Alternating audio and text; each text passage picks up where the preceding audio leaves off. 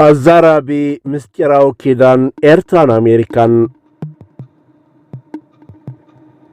متنقطة من محدار ترامب أبكرنا أفريقيا من يعوتالهم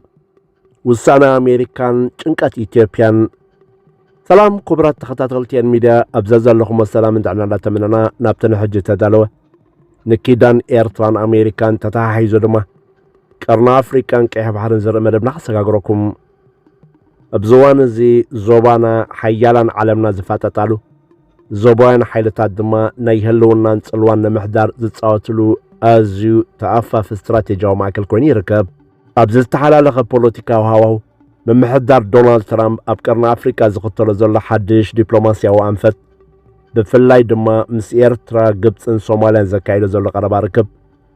أبو أديس أبا كبيس سقات فتيرلهم ناس سقات السعيب وستلعل زوباو الشغلوت نمهدا دما لعلواي أمخار أمريكا أبقودات عربنا أفريكان زخوانا مسعد بولوس أمريكا مسيرترا زخوانا يخون أنصار إثيوبيا زعلمه مستيراو الزبال اسم معكم زي قبرت بواقع حقا لتقديد لهم نزني أمريكا حدي زوباو دبلوماسي نتا مونغا أمريكان إيرتران زتسانها تاريخا ومتفنان حجز الرازل من محاي زمدرنان كومون نتي إثيوبيا بخببا خطسكت إلا اتقولت أزلا جيوبوليتيكا وسقات بعمقت أبزت حستغن أغرب الكمينة سنة مكاتل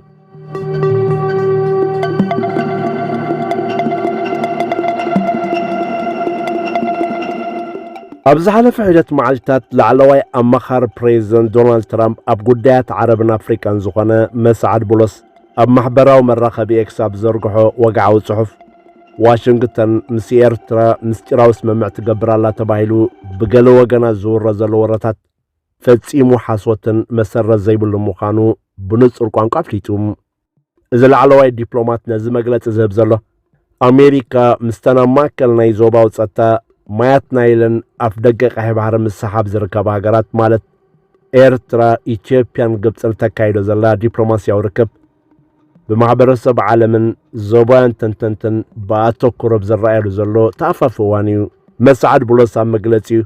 من محدار ترامب مس قبطي إيرتران إثيوبيان دبلوماسيا وركبات بمكيار زوباو سلام نمنسا سعروتات يقصلكم زلو ركاقيتو نسو بزي زخوانا مول والك قولت انكولو بزي مقران كنتر نيرترا عبلع لخال زوباو مشارخ تزساتف زخوانا يخون مستيراو اسم معنى اللازب وين حاسبا لنا زبلا بهلا بفتصم حاسوتيو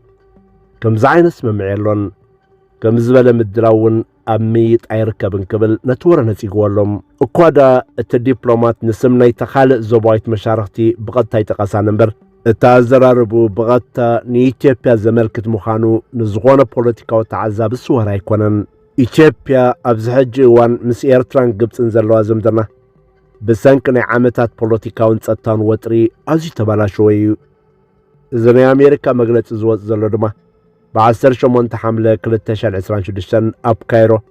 مسعد بولوس مس منيسترات قدات وطاي قبطي إيرتران صوماليا زكادو وقعو ركب سري إثيوبيا زخونة تحستلو تبايلو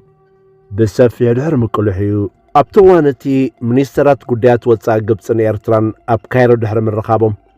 ستان من محدارن كيح بحري نايتن أب قماقن بحر زركبها قرات تراي بزبل أزيو حيالن نيتيوبيا زدرتن حبراو مقلت أوتيوم يرميهم إذن يسمران كايرون مرقتي مستعدي سابا تلعلو زلا حتو قطاو أفتق بحري ملو بملو زقاجو بمخانو أمونغو تنها قرات زلو وطري مليسو كم زقاد غيريو نزا قداي بعمق ملكوعن مرداقن ندهريت مليسيلنا نتاريخاو دحر بايتا زمدنا أمريكان إيرتران كندسس قدنا تيخوننا زمدنا واشنطن ناسمران نلعلق لتا عسرتات عمتات أبازي تنقرن زتحلالق مدرخة زحلفيو إيرترا أبشان شعاتي 200 ساعتات ناتسنتا مسرخبت أمريكا نتحدش من قصي إيرترا كم حدا خابتهم تسفات تنبرلهم حدست مرحة أفريكا بموساد صبو زمدنا مسري تاني رام يقولنبر أبشان شعاتي 209 شومن تنتولع أعناو كينا دوب إيرتران إثيوبيان كومون تسعيبو أبكرنا أفريكا تفتر جيوبوليتيكا مسحاب نتزمدنا أبالها شويو بفلاي أب أوان من محدارات جورج بوشن باراك أوبامان أمريكا نيرترا أب زوباقرنا أفريكا عنوة فترة لا بزبل كسي ب2009 ببايتو ጸጥታው ውድብ ሕብራት ሃገራት እገዳ ኣጽዋርን ቁጠባን ከም ጸድቀላ ምግባር ዓብ ተራ ተጻዊታ ነይራ። እዚ እገዳ እዚ ንቁጠባ ኤርትራ ኣዝዩ ዝሃሰየን ንዲፕሎማስያዊ ርክባታት ዘዳኸመን ኮይኑ ጸኒሑ እዩ። ድሕሪ ነዊሕ ዓመታት ዲፕሎማስያዊ ተነጽሎ ኣብ 2018 ኣብ መንጎ ኤርትራን ኢትዮጵያን ስምምዕ ሰላም ዝተፈረመ እቲ ብውድብ ሕብራት ሃገራት ተነቢሩ ዝነበረ እገዳ ተላዒሉ እዩ። እዚ ፍጻመ እዚ ዝምድና ኣሜሪካን ኤርትራን ናብ ንቡር ክምለስ እዩ ዝብል ተስፋ ፈጢሩ እኳ እንተነበረ እቲ ኣብ 2020 ተወልዐ ደማዊ ኩናት ትግራይ ግን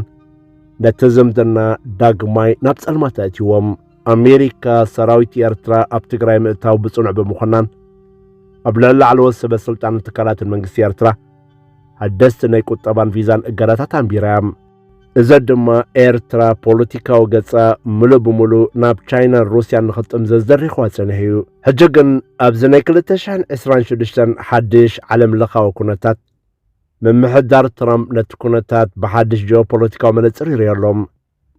ኣሜሪካ ነቲ ዝሓለፈ ናይ እገዳ ምትፍናን ፖለቲካ ንጎኒ ገዲፋ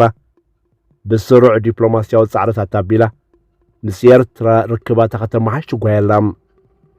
ምኽንያቱ እቲ ጂኦፖለቲካዊ ሓቂ ኣብ ባይታ ተቐይሩ እዩ። ኤርትራ ልዕሊ 1,000 ኪሎ ሜትር ዝንውሓቱ ኣዝዩ እስትራቴጂያዊ ገማግም ቀይሕ ባሕሪ ትውንን ሃገር እያ። ኣብዚ እዋን እዚ ኢራን ነቲ ንህንዳዊ ውቅያኖስን ወሽመጥ ዓረብን ዘራኽብ መፀበቦ ሕርሙዝ ዓፅያቶ ብዘላ ግዜ እቲ ንህንዳዊ ውቅያኖስ ምስ ቀይሕ ባሕሪ ዘራኽብ መፀበቦ ባብ ኤል መንደብ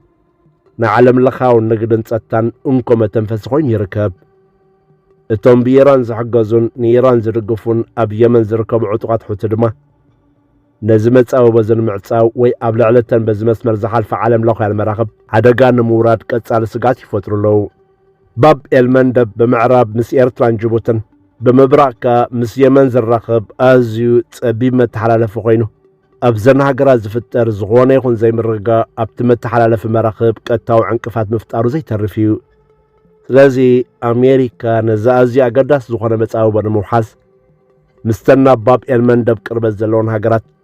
ብፍላይ ድማ ምስ ኤርትራ ጥጡሕን ድልዱልን ዲፕሎማስያዊ ርክባት ክህልዋ ብስትራቴጂ ደረጃ ግድነት ኮይንዋ ይርከብ። እቲ መስዓድ ብሎስ ምስ ሰበስልጣን ኤርትራ ዘካየዶ ዘሎ ቐጻሊ ርክባት እምበር ኣካል ናይ ዝምድናታት ናይ ምምሕያሽን ነቲ ዓለም ለኻዊ ሞያዊ መስመር ናይ ምሕላውን ሰፊሕ ጻዕሪ እዩ። ግብፂ ድማ ኣብዚ መስርሕ እዚ ርክብ ዋሽንግተን ኣስመራ ንምምችቻ ከም መንጎኛ ኮይና ዓብ ተራ ትጻወታላ። እዚ ናይ ኣሜሪካ ዲፕሎማስያዊ ምቅራብ እቲ ንዓመታት ዝጸንሐ እገዳታት እንተነጽሎን ብተግባር እናሃሰሰ ኤርትራ ናብ ሓደ ሰፍሐ ዞባዊ ጸጥታዊ ኪዳን ትጽምበር ከም ዘላ ንተዓዘብቲ ፖለቲካ ኣብ መዝህብ እዩ። እዚ ኩነታት እዚ ግን ኣብ ኢትዮጵያ ብኻልእ ዓይኒ ይስረአ ዘሎም። ኢትዮጵያ ዞባዊ ርክባት ዋሽንግተን ካይሮን ኣስመራን ንዓ ብኸበባ ንምጽቃት ዝዓለመ ፖለቲካዊ ምንቅስቓስ ከም ዝመስል ከቢድ ስጋኣታ ክትገልጽ ጸኒሓ። ሰበስልጣን ኣዲስ ኣበባ ሕቶ ኣፍ ደገ ባሕሪ ምስቲ ዘለዋ ልዕሊ 120 ሚልዮን ዝግመት በዚ ህዝብን እናዓበየ ዝኸይድ ዘሎ ቁጠባዊ ድሌትን ዘተኣሳሰር ናይ ህልውናን ሕጋውን ሕቶ ምዃኑ ብተደጋጋሚ ይገልጹ። ብተወሳኺ ኢትዮጵያ ብሰንኪ ግድብ ህዳሴ ምስ ግብፂ ዘለዋ ዘይምርድዳእ ከምኡውን ኣብ ዝቐረበ እዋን ምስ ሶማሊላንድ ዝፈረመቶ መዘክር ስምምዕ ኣብ መንጎን መንግስቲ መቃዲሾን ዝፈጠሮ ከቢድ ወጥሪ ተደማሚሩ እታ ሃገር ኣብ ኩሉ ዶባታ ፖለቲካዊ ሓዊ ተወሊዕዋ ይርከብ። እዘን ሰለስተ ሃገራት ግብፂ፣ ኤርትራን ሶማልያን ኣብ 2024 ኣብ ኣስመራ ናይ ሓባር ስምምዕ ምትሕባር ምኽታመን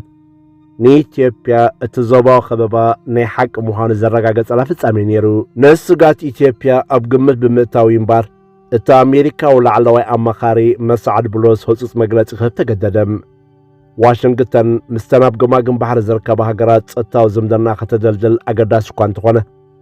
ብተመሳሳሊ ምስቲ ኣብ ዞባ ቀርኒ ኣፍሪካ ዓብዪ ወተሃደራውን ፖለቲካውን ስነ ህዝባውን ጽልዋ ዘለዎ መንግስቲ ኢትዮጵያ እውን ሚዛናዊ ዝምድና ክትሕዝ ከድልያ እዩ። እቲ ዲፕሎማት ኣብ መግለጺኡ ዲፕሎማሲ ኣሜሪካ ተጻረርቲ ጉጅለታት ምፍጣር ወይ ፍልልያት ምግፋሕ ዘይኮነስ ግጭታት ብምውጋድ ዘላቒ ሰላምን ምርግጋእን ንምፍጣር ብሃናፂ መንገዲ ምስራሕ ብምባል ኣሜሪካ ንኢትዮጵያ ክትንጽል መደብ ከም ዘይብላ ኣስሚሩሉ። ወግዓዊ መግለጺታት መንግስቲ ኢትዮጵያ ኣብዚ ጉዳይ እዚ ደፊሩ ዝበሎ ነገር እኳ ተዘይሃለወ ብመንገድተን ከም ልሳን መንግስቲ ብልጽግና ኮይነን ዘገልግላ ናይ ብልጽግና ምዃነን ብሰፊሕ ዝፍለጣ ማዕከናት ዜና ኣቢልካ ግን أنصار الزمدنا أمريكان يرتران بزح كزربن كتصحف صنيعو إن ميديا تخاتاتيلا كتقربو خمس صنحتون زتفرالي منغستي إثيوبيا كم لوبيتات كوينم تقصيرهم سهر بوليتيكينياتاتن سبب سلطان أمريكان نبر أبز ጉዳይ ተዓጢቆም ክጽሕፉ ክዛረቡ ጸኒሖም እዮም ብሎስ እምበር ኣብ መወዳእታ መግለጺኡ ዝኾነ ይኹን መሰረት ዘይብሉ ክስተታትን ስም ናይ ምጽላም ወይ ዞባዊ ሸርሕታት ናይ ምፍጣር ተግባራትን ነቲ ብቕንዕና ዝካየድ ዘሎ ዲፕሎማስያዊ ጻዕርታት ዝሃሲ ሓላፍነት ዝጎደሎ ተግባሪ ብምባል ብሓባር ንኹሉ ኣጠንቂቑሎም ምምሕዳር ትራምፕ ኣብ ዝቐረበ ኣዋርሕ ኣብቲ ብውድድር ጽልዋ ቀይሕ ባሕሪ ጸጥታ መራኸብን ዘይተፈትሑ ግጭታትን እንዳተሓመሰ ቆላሕቲ ዓለም ስሒቡ ዘሎ ቀርኒ ኣፍሪካ ዝያዳ ኣተኩሮ ገይሩ ይርከብ እዚ ሕጂ ብኣማኻሪ ትራምፕ ዝተዋህበ መግለፂ ድማ ነዚ ተፈጢሩ ዘሎ ዞባዊ ምሰሓባትን ስጋኣታትን ንምህዳን ኣሜሪካ ኣብቲ ዞባ ዘለዋ ጂኦፖለቲካዊ ረብሓ ንምሕላውን ዝዓለመ ስልታዊ ስጉምቲ ምዃኑ ፖለቲካውያን ተዓዘብቲ ብሰፊሕ ይገልጹ ዞባ ቀርኒ ኣፍሪካ ብሓቂ ኣብ ኣዝዩ ታሪኻውን ተነቃፍን እዋን ዝርከብ ዘሎም ኣሜሪካ ንጸጥታ ቀይሕ ባሕሪ ኢላ ምስ ኤርትራ ትገብሮ ዘላ ዲፕሎማስያዊ ምቅራብ ኣብ ኢትዮጵያ ዝፈጥሮ ዘሎ ፖለቲካዊ ምንቅጥቃጥ ክሳብ መዓስ ከም ዝቕጽል ግዜ ዝምልሶ ሕቶ እዩ ብወገንና ነዘና ማዕበለ ዝመጽእ ዘሎ ዝተሓላለኸ ጂኦፖለቲካዊ ኩነታት ቀርኒ ኣፍሪካን ቀይሕ ባሕርን ብቐረባ እንዳተኸታተልና ንሃገርና ብዘገድስ ሸነኹ ዓሚቕን ስትራቴጂያውን ትንተና ንኽነቕርበልኩም ኢና ብራት ተኸታተልትና እምባር እዚ ሕጂ ዘቕረብናዮ ሰፊሕ ዞባዊ ትንተና ኣገዳሲ እዋናዊ መረዳእታ ሂብኩም ክኸውን ተስፋ ንገብር ኣብዛ ዓብ ዞባዊ ጉዳይ ዘለኩም ርእቶን ሓሳብን ኣብ ቦታ ኮመንት ከተካፍሉና ደጊመ ብኽብሪ ጽወም መደብና ላይክ ኮሞን ንኻልኦት ንኽበጽሕ ሼር ክትገብሩ ድማ